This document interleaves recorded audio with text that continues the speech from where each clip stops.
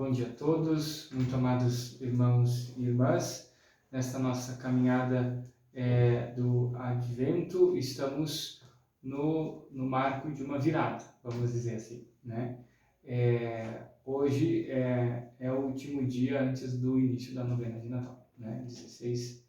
Então, é o dia que nós concluímos essa primeira parte do Advento, que está marcada mais para a compreensão do caminho, né, que nós precisamos trilhar de conversão e tudo mais.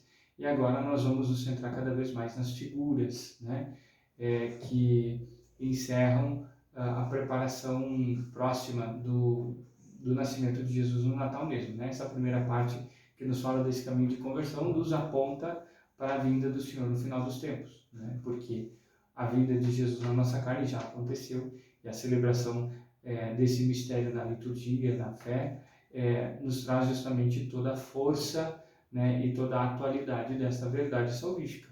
Mas o efeito disso, por sua vez, é justamente nos tornar dispostos e preparados para encontrarmos o Senhor no final dos tempos. Só para a gente entender como estão concatenadas essas duas partes deste tempo litúrgico do Advento. Então, hoje, nós temos o Evangelho de João, no capítulo 5, versículos 33 a 36. João 5, 33 a 36.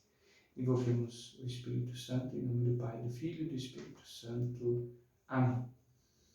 Naquele tempo, Jesus disse aos judeus: Vós mandastes mensageiros a João, e ele deu testemunho da verdade. Eu, porém, não dependo do testemunho de um ser humano, mas falo assim para a vossa salvação. João era uma lâmpada que estava acesa e a brilhar, e vós com prazer vos alegrastes por um tempo com a sua luz. Mas eu tenho um testemunho que é maior do que o de João. São as obras que o Pai me concedeu realizar. As obras que eu faço dão testemunho de mim, mostrando que o Pai me enviou. Palavra da salvação. Glória a vós, Senhor.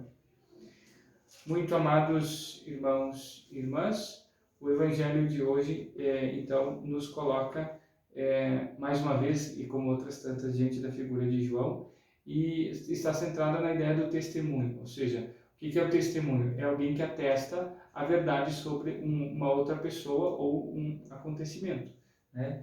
E qual é o problema aqui, qual é a contenda, né? Ou a objeção dos judeus? É porque justamente não querem reconhecer que Jesus dê testemunho sobre si mesmo, né?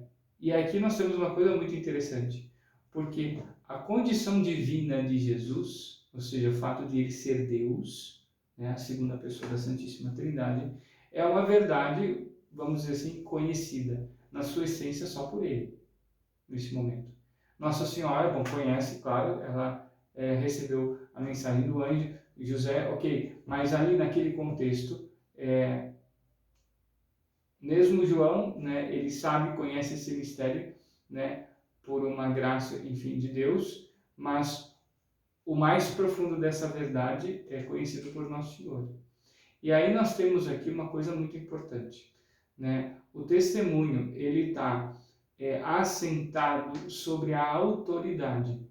Então, quanto maior for a autoridade, né, da pessoa em relação, em primeiro lugar, ao fato, né, e depois em relação a si mesma, tanto maior vai ser a credibilidade que nós podemos dar ao testemunho daquela pessoa. Nossa, o padre está falando difícil.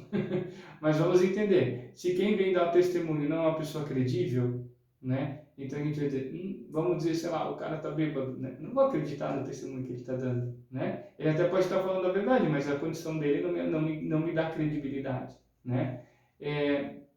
Então, esse é um fato. E se a pessoa de fato não viu o que aconteceu, não sabe do que aconteceu, então o que ela vai falar daqui a pouco vai estar misturado por ideias que ela ouviu falar ou a forma como ela, enfim, vai montar ou projetar o fato, e aí o testemunho também fica prejudicado na sua força, na sua autenticidade. Então nós temos João, que recebe de Deus a graça de testemunhar um caminho de preparação para a vinda do Messias. ele tem autoridade divina, porque ele foi chamado por Deus, ele não faz isso por conta própria, certo?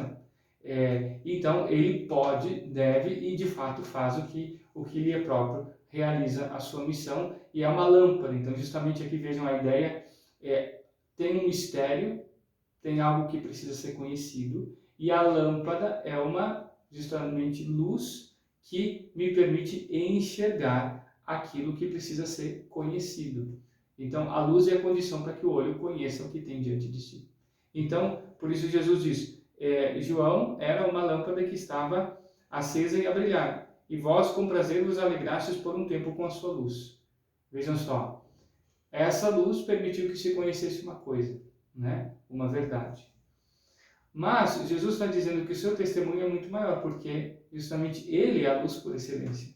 E porque ele vem falar de si mesmo, e esse é um problema, né? Porque no conceito judaico, alguém que venha dar testemunho de si mesmo não tem credibilidade, né? Alguém que, mesmo de uma forma geral, alguém que advogue em causa própria não tem credibilidade, né? Porque se acredita que a pessoa, né, possa facilmente se deixar levar por outros elementos e não apenas pelos fatos em si, né? Pela clara evidência dos fatos em si. Então vejam só, porém, o que nós temos é o próprio Senhor. E a verdade que ele tem para testemunhar, ninguém é capaz de testemunhá-la como ele, né? Porque ele está falando da sua própria condição, ele é Deus, feito homem, e está falando da sua missão, ele é o nosso Salvador, né? Infinitamente superior àquilo que se esperava. Um Messias, um homem iluminado, cheio de, sei lá, qualidades, investido por Deus com alguma graça especial. Muito mais do que isso, é o próprio Deus que vem ao nosso encontro e vem nos salvar. Então, aí o que Jesus faz é explicar justamente que as suas palavras, que o seu testemunho estão assentados sobre 4 testemunhos, né? Esse evangelho, essa parte fala de algum desses, depois vai adiante. O testemunho de João Batista, e aí é justamente isso que ele está falando, o testemunho dos milagres, as obras, né, que o Senhor realiza, o testemunho do Pai, né, o testemunho das Escrituras e assim por diante, né? Então, João Batista, os milagres, o Pai e as Escrituras. Então, esses são os 4 testemunhos que comprovam, que apontam para a verdade de Jesus como nosso Salvador. E aqui, justamente, todos eles confirmam o testemunho de Jesus acerca de si mesmo. Bom, tudo isso para a gente entender uma coisa fundamental e importante. Diante da autoridade de Deus que se revela, nos toca a obediência da fé. E isso está em crise. Por quê? Porque vejam só, hoje no tempo da internet, dos influencers, das coisas tão facilmente acessíveis por esses meios midiáticos, e justamente pela força da mídia nessas coisas, muitas vezes o que nós temos? Nós temos a autoridade da popularidade, né? Que não é uma autoridade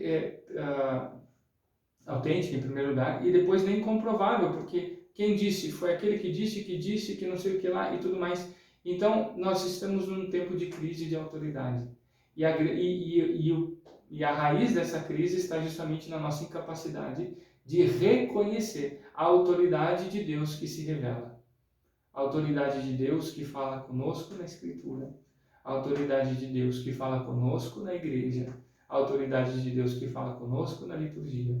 E pela falta de autoridade, em decorrência disso, nós estamos numa confusão e numa insegurança do caminho que trilhamos, das decisões que fazemos e assim por diante. Então, tentando trazer um pouco assim, uma aplicação prática e concreta e uma consequência muito clara para a nossa vida. Se nós não reconhecemos o testemunho de Jesus, ou seja, se a palavra dele não tem a sua força, não só no âmbito restrito da fé, da minha relação com o nosso Senhor, mas da minha vida como um todo, se eu encurralo a fé, né, num cantinho da minha vida ou da sociedade, então eu não dou autoridade devida ao Senhor, à sua palavra, ao seu ensinamento e à salvação que quer justamente encontrar em mim um coração bem disposto.